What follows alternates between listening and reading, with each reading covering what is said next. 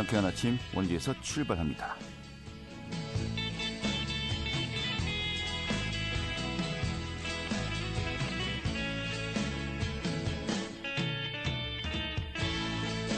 안녕하십니까. 12월 21일 목요일 아침 인사드리겠습니다. 상쾌한 아침 원주에서 출발합니다. 진행의 한태호입니다.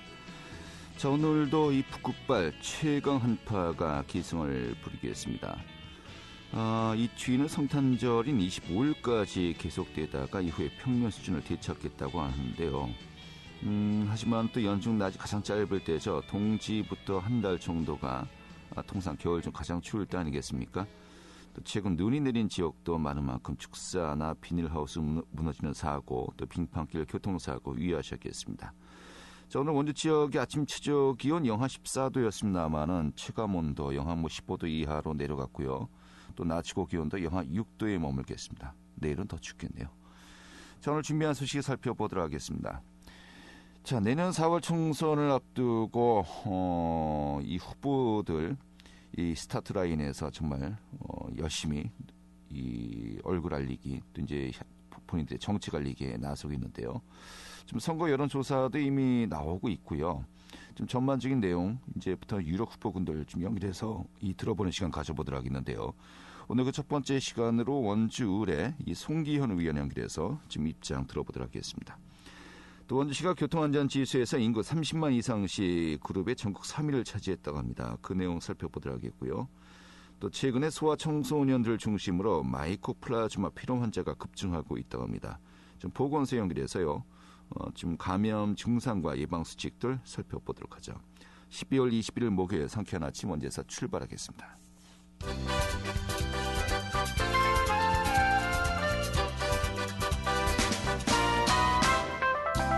오늘의 뉴스입니다. 강원도는 어제 원주 예총축장 자리에서 기자회견을 열고 강원 오피라하우스 건립을 적극 추진하겠다고 밝혔습니다. 김 지사는 특히 2천억 원의 사업비에 대해선 최대한 국비를 확보하고 부족한 부분은 도비와 시비로 충당하겠다고 덧붙였습니다. 강원도 주민들의 월간 포급률이 전국에서 가장 높다는 조사 결과가 나왔습니다. 질병관리청이 강원도 내 19세 성인 15,800여 명을 대상으로 건강실태 조사를 한 결과 응답자 중에 40.6%가 한 달에 한 번 이상 포금을 한다고 응답해 전국에서 가장 비율이 높은 것으로 집계되었습니다. 서울 등 수도권은 높은 사교육비와 낮은 출산율을 보인 반면 강원도는 낮은 사교육비와 높은 출산율을 보여서 교육과 출산율의 양극화가 두드러진 것으로 나타났습니다. 강원특별자치도의 지난해 기준 월평균 사교육비는 전국 13위인 반면 합계 출산율은 전국 3위를 기록한 것으로 기록되었습니다. 오늘의 뉴스였습니다.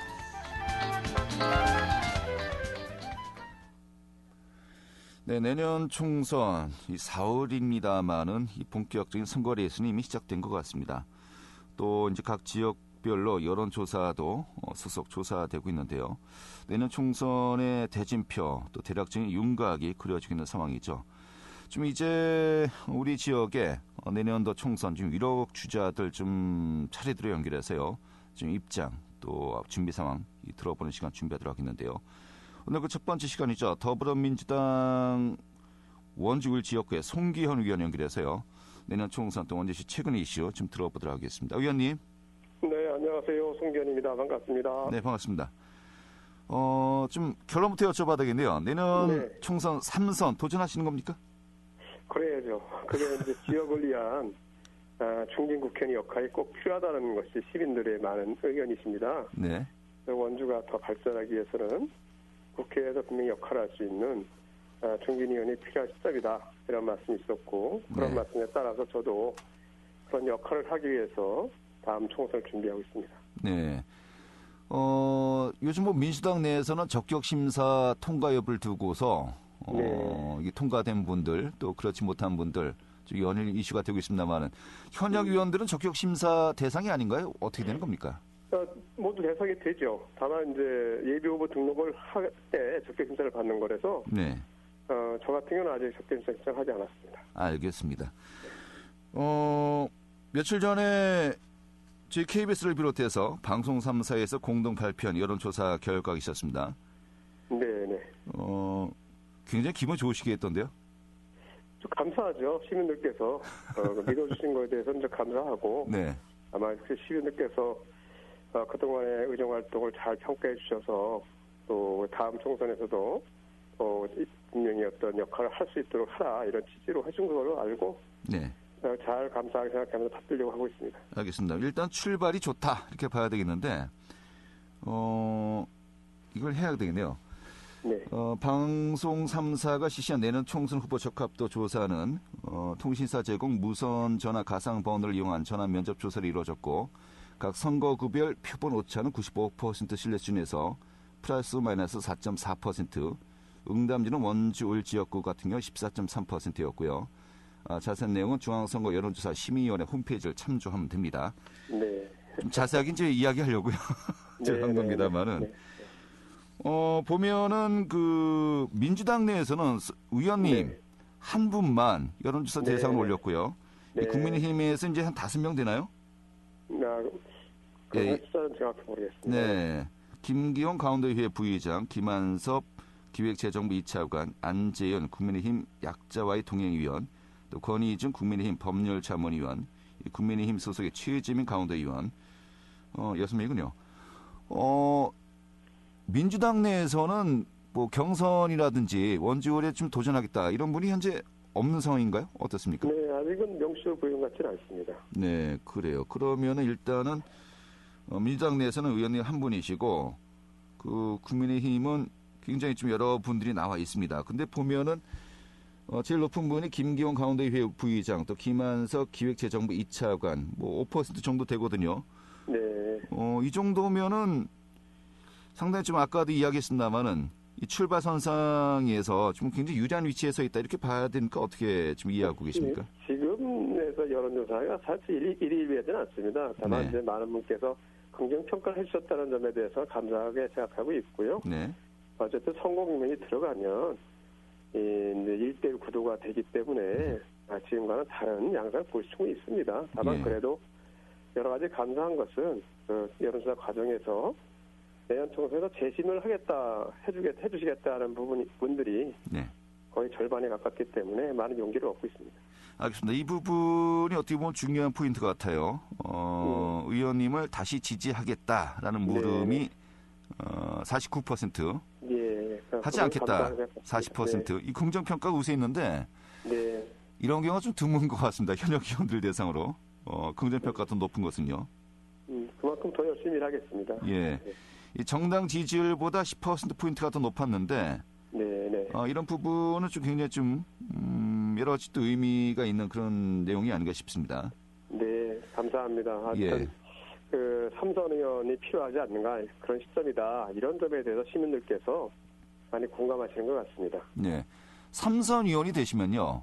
네. 아무래도 뭐 무게감이라든지 또 당내의 그 위치도 많이 또 이제 상승되는 거 아니겠습니까?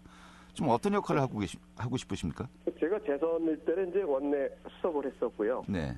3선 되면 원내 재선 때는 이제 원내 수석을 하거나 간사를 하거나 상임위에서 그런 역할을 하게 되는데 이제 그런 역할을 제가 다 했는데 재선까지 아무래도 3선이 되면 당에서도 원내대표, 정책위 의장, 뭐 그다음에 상임위원장 이런 역할을 할 수 있으니까 네.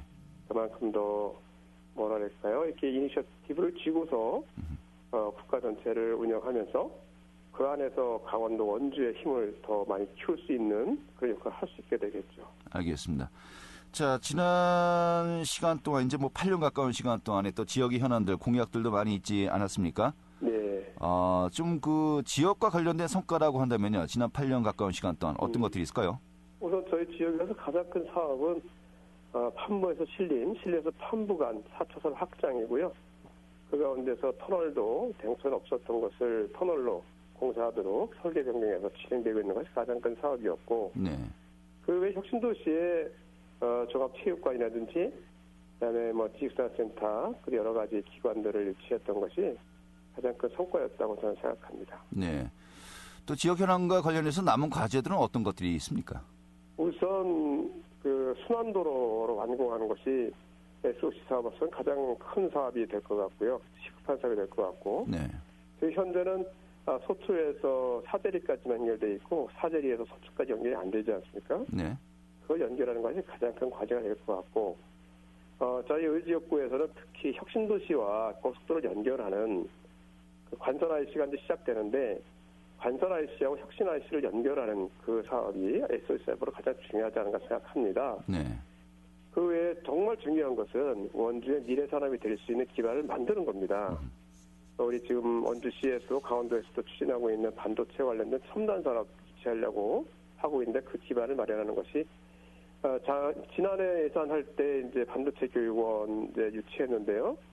그 마찬가지 그에 더 관련된 시설을 하는 것이 필요하다 생각되고요. 네. 그걸 위한 여러 가지 사실은 뭐 에너지 관련된 것도 필요하고, 물 공급하는 것도 필요하고 여러 가지가 같이 결합되는 것이 있습니다. 알겠습니다. 자, 근데 본인 임기 한 7년 정도는 네. 원주시장과 이제 소속 정당이 같았습니다. 네네. 작년부터 이제 다르지 않습니까? 그렇죠. 아무래도 네. 지역 현안을 두고서 좀 여러 가지 그 협의를 한 데 있어서 네. 좀 그동안과는 차이가 있지 않습니까? 어떤가요? 아직까지는 뭐 그런 그 중앙정부와 우리 원주시를 연결하는 그런 사업에서는 그런 업무에서는 차질이 있다고 생각하지 않습니다. 네.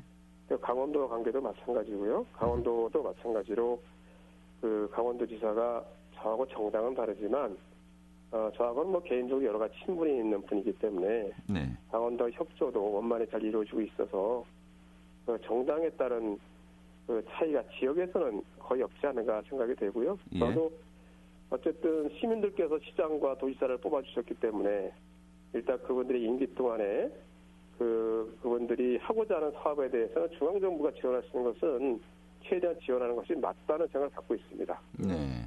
거기에 따라서 제가 충분히 역할을 지금 하고 있고요.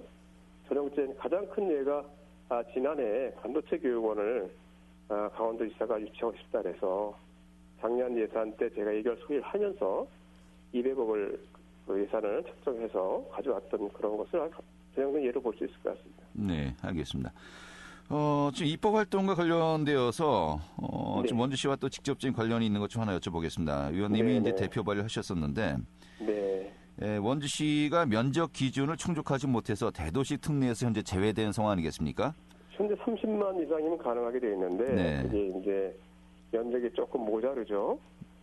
어느 정도 모자르죠? 1000제곱미터. 1000제곱킬로미터요? 예. 지금 저희 원주는 867제곱미터입니다. 네. 약간 좀 모자르죠. 그래서 그거를 500제곱킬로미터로 낮춰서 원주도 특례에 해당될 수 있도록 하자는 것이 제가 개정안을 낸 법안의 요지이거든요. 네.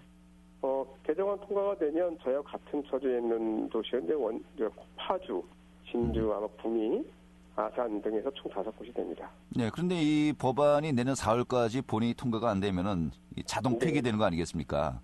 현재 뭐 국회 내에서 논의가 어떻게 이루어지고 있나요? 현재 관련 상임위에서 논의가 되고 있는 상태고요. 네네. 이번 임기가 아직 5개월 가량 남았기 때문에 그게 될 수 있도록 최대한 노력을 하겠습니다. 알겠습니다. 사실 이 대도시 특례, 이 원주시 차원에서도 강원특별자치도 이제 특례 규정에 넣도록 또 요청을 하고 있는 것으로 알고 있거든요. 근데 대도시 특례를 인정받게 되면 어떤 부분이 좀 권한이 부여되는 겁니까? 예를 들어 가장 그런 게 있어요. 벤처기업 집적시설을 직접 지정할 수가 있습니다. 네. 벤처기업 육성에 관한 특별법에 따라서 벤처기업 집적시설 특구 요거를 진짜 직접 정부하고 저희들이 지정해서 정부하고 결정할 수 있고요. 네. 중소기업 단지 조성 사업 같은 경우도 원주시가 직접 실시 계획을 할 수 있고 이런 것이 가능하게 됩니다. 산업단지도 마찬가지고요. 네. 지금 사실 원주는 강원도에서는 가장 큰 도시지만 강원도에서 가장 큰 도시라는 점 때문에 상대적으로 다른 도시군에 비해서 어느 정도는 이렇게 좀 약간 양보를 자꾸 강요받는 그런 현상이 있거든요. 예. 네, 그런 것을 벗어날 수 있는 길이 될 수 있습니다. 알겠습니다. 자, 그런데 네. 이게 그 강원도 자체로서는 네. 별로 이렇게 반가운 상황이 아닐 것 같은데요? 지금 입장이 묘할 것 같습니다. 어떻습니까? 그렇죠. 제가 금방도 말씀드렸지만 강원도에서 원주가 가장 이제 발전을 많이 하고 있으니까 강원도 내 균형이라는 것을 또 강원도는 또 생각하고 있거든요. 네. 그러니까 다른 강원도 차원에서 어떤 지원하는 걸 할 때 원주보다는 가능한 다른 데를 좀 우대하려고 하는 경향이 있습니다. 네. 물론 이제 강원도 입장에서는 이해를 할 수 있겠죠. 균형 발전이 필요하다는 시장이니까. 원주는 또 잘 발달하고 있으니까. 그런 점에서부터는 원주가 간접적이지만 불이익을 받고 있다고 볼 수밖에 없어요. 네. 그런 점에서 원주가 대도시 특례가 꼭 필요하다 이런 생각을 저는 하고 있습니다. 알겠습니다. 자, 그렇다면 강원도 입장에서도 썩 이렇게 반기지는 않는 그 법안이고, 그런 가운데 현재 뭐 이제 5개월밖에 남지 않았습니다. 네. 쉽지는 않을 것 같은데 좀 가능성 높다고 보십니까? 가능성이 충분히 있다고 생각합니다. 네. 네. 알겠습니다. 가능성 높다 하셨으니까요. 좀 더 지켜보겠습니다. 네. 오늘 이렇게 정리하겠고요. 이제 뭐 본격적인 선거전이 이제 진행된다라고 한다면은 뭐 자주 이제 뵙도록 하겠고요. 뭐 여러 가지 준비된 뭐 공약들 또 여태까지 또 하셨던 여러 가지 그 의정 사항들도 다 점검해야 되지 않겠습니까? 네, 그렇습니다. 그때 또 말씀 나누도록 하죠. 오늘 이렇게 정리하겠습니다. 고맙습니다. 네, 감사합니다. 네, 더불어민주당 원주 울지역구의 송기현 의원이었습니다. 알찬 정보, 생생한 현장의 소식을 전해드립니다. 리포터 현장. 네, 도로교통공단이 발표한 2022년도 교통안전지수에서 원주시가 전국 3위를 차지했다고 하네요. 오늘 이 내용도 살펴보도록 하겠습니다. 박다현 리포터 취재했습니다. 어서 오시죠. 네, 안녕하세요. 네, 자, 원주시가 2022년도 교통안전지수에서 전국 3위를 차지했는데 일단은 뭐 그 내용 자세하게 좀 설명 좀 해주시죠. 네, 교통안전지수는 도로교통공단에서 매년 전국 227개 지자체를 대상으로 교통사고 심각도별, 즉 사망, 중상, 경상, 부상신고, 사고 건수와 사상자 수를 기초로 인구수와 도로 연장을 고려해 교통안전도를 평가한 지수인데요. 이 조사 대상은 전국 227개 지자체지만 지역별로 인구나 도로 연장 등 규모가 다르기 때문에 인구가 30만 이상인 지역, 또 30만 미만, 또 군지역, 구지역으로 나눠 산출 결과를 제공하고 있습니다. 2022년 원주시 교통안전지수는 79.23점으로 29개 지자체 중 경기도 하남시, 안양시에 이어 세 번째로 높은 점수를 기록했는데요. 또 30만 이상 시구루 평균 점수가 72.65점인데 이 평균 점수보다도 9.1% 높은 점수입니다. 자세한 내용 도로교통공단 빅데이터 융합처 한현용 과장 이야기 들어보겠습니다. 네, 교통안전지수에는 총 6개 영역이 있는데요. 사업용 자동차, 자전거 및 이륜차, 보행자, 교통약자, 운전자, 도로 환경 영역입니다. 이 6개 영역 안에 다시 18개 세부 지표가 있는데요. 예를 들면 사업용 자동차 안에는 버스, 택시, 화물, 렌터카 지표가 있고 운전자 영역에는 과속, 음주운전 등이 있습니다. 이 세부 지표별로 지자체 교통안전지수가 산출되는데요. 여기서 중요한 게 교통안전지수는 상대평가라는 점입니다. 만약에 이제 사고 건수가 10건, 사상자 수가 10건일 때 어떤 절대적인 점수가 산출되는 것이 아니라 다른 지자체와 비교하여 사고가 적으면 점수가 높아지고 사고가 더 많으면 점수가 낮아지는 구조입니다. 2022년 원주시의 교통안전지수는 79.23점으로 29개 지자체 중 세 번째로 높은 점수를 기록했습니다. 네. 자, 그러면 원주시는 교통안전지수에서 좀 어떤 항목에서 높은 점수를 받은 겁니까? 네, 교통안전지수에는 총 6개의 영역이 있는데요. 사업용 자동차, 자전거 및 이륜차, 보행자, 교통약자, 운전자, 도로환경 영역입니다. 이렇게 모든 항목을 평가해 교통안전지수가 산출되면 A, B, C, D, E 5등급으로 구분하는데요. 원주시는 작년 B등급에서 올해 A등급으로 1단계가 올라갔습니다.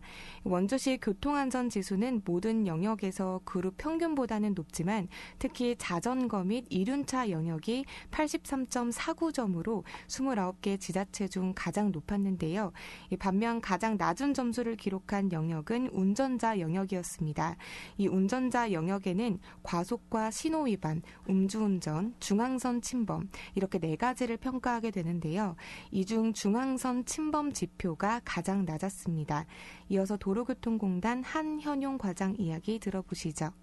교통안전지수는 지역 특성에 맞는 효율적인 교통안전정책을 지원하기 위해 산출하고 있고 앞으로도 지속적으로 제공할 예정입니다. 지자체에서도 교통안전정책 수립 시 교통안전지수를 적극적으로 활용하여 취약 부분에 대해 개선을 하면 좋을 것 같습니다. 교통사고의 감소는 어느 한 기관의 노력만으로는 해결할 수 없는 매우 복합적인 문제입니다. 교통안전지수 평가는 이런 한계를 극복하기 위한 노력의 일환이고 이를 바탕으로 좀 더 안전한 교통환경을 만들어갈 수 있었으면 좋겠습니다. 앞으로도 교통안전지수에 대해 많은 관심 가져주세요.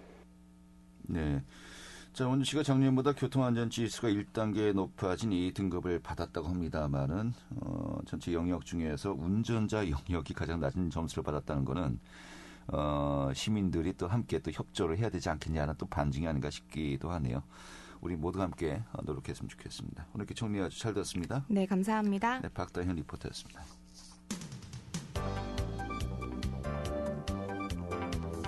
생생한 현장, 유익한 생활 정보를 전해드리겠습니다. KBS 원주라디오 상쾌한 아침 원주에서 출발합니다를 함께하고 있습니다. 네, 최근에 마이코플라즈마 폐렴균 감염 환자가 늘고 있다고 합니다. 특히 이제 초등학생들을 중심으로 소아청소년들을 중심으로 확산되고 있다고 하는데 원주시 보건소의 곽용석 감염병 대응 팀장 연결해서요. 좀 상황 살펴보도록 하겠습니다. 팀장님. 네, 안녕하십니까. 예, 반갑습니다.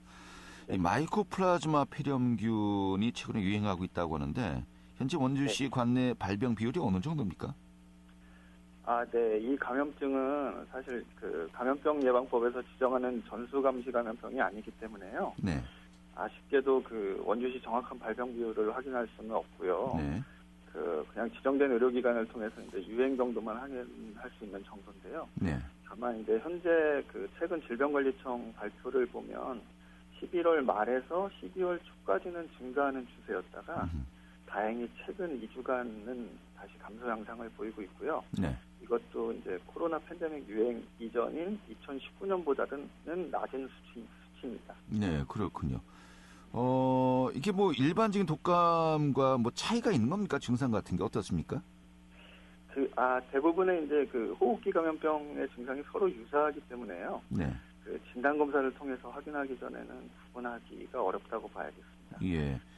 근데 이 문제는 주로 이 감염되는 대상이 어린 학생들이에요. 네. 이 학생들에게 이제 주로 나타나고 있다는 건데 이게 좀 어느 정도입니까? 네, 이제 그게 뭐 보통 이 호흡기 이런 호흡기 감염병이요. 네. 그 호흡기를 통해서 비말 전파가 되는 이제 주 전파 경로가 그렇기 때문에요. 그런 보육시설이나 학교, 대학 기숙사, 군부대 같이 이렇게 집단으로 생활하는 곳에서 유행하는 경향이 있습니다. 네. 그래서 아마 이제 소아 청소년이나 젊은 성인에서 주로 발생하는 편인데, 예. 최근에 그 영유아들 조기 집단 생활이 많아졌잖아요. 그래서 3세 이하 연령이 점점 자꾸 비율이 점차 높아지는 추세인 것 같습니다. 네, 그래요. 근데 이게 그 플라즈마 폐렴균 발병하면 좀 바로 회복이 되지는 않나 봐요. 어떻습니까? 예. 이게 보통 이제 일반적인 감기는 통상 일주일 정도 증상이 지속되는 것에 비해서 이 마이코플라즈마 폐렴균 감염증은 약 3, 4주간 증상이 지속되기 때문에 예. 회복이 좀 오래 걸리는 편이거든요. 굉장히 오래 가는군요. 네네. 그러니까 그 어린 학생들이 주로 이제 발병을 하고 또 3, 4주 오래 간다. 예. 부모님들도 고생하시겠는데요? 네. 그래서 이제 예. 그런 호흡기 증상이 있으시면 가급적이면 빨리 병의원을 방문하셔서 항생제 치료나 또 이제 스테로이드 병합 치료 같은 거 잘 받으시면 자연 회복이 잘 되시니까요. 빨리 네. 제때 진료를 잘 받으시면 좋겠습니다. 알겠습니다. 자, 이 밖에도 겨울철 독감과 폐렴, 코로나19도 아직도 이제 발병하고 있는 것 같은데 이 호흡기 질환을 예방하기 위해서 좀 접종, 예방 수칙 어떤 것들이 있을까요? 네. 우선은 겨울철이 되면 독감이나 코로나 감염증이 당연히 이제 지역사회에 많이 유행하기 때문에요. 시민들께서는 가급적 독감 접종과 코로나19 접종은 꼭 받으시기를 저희가 당부드리겠고요. 네.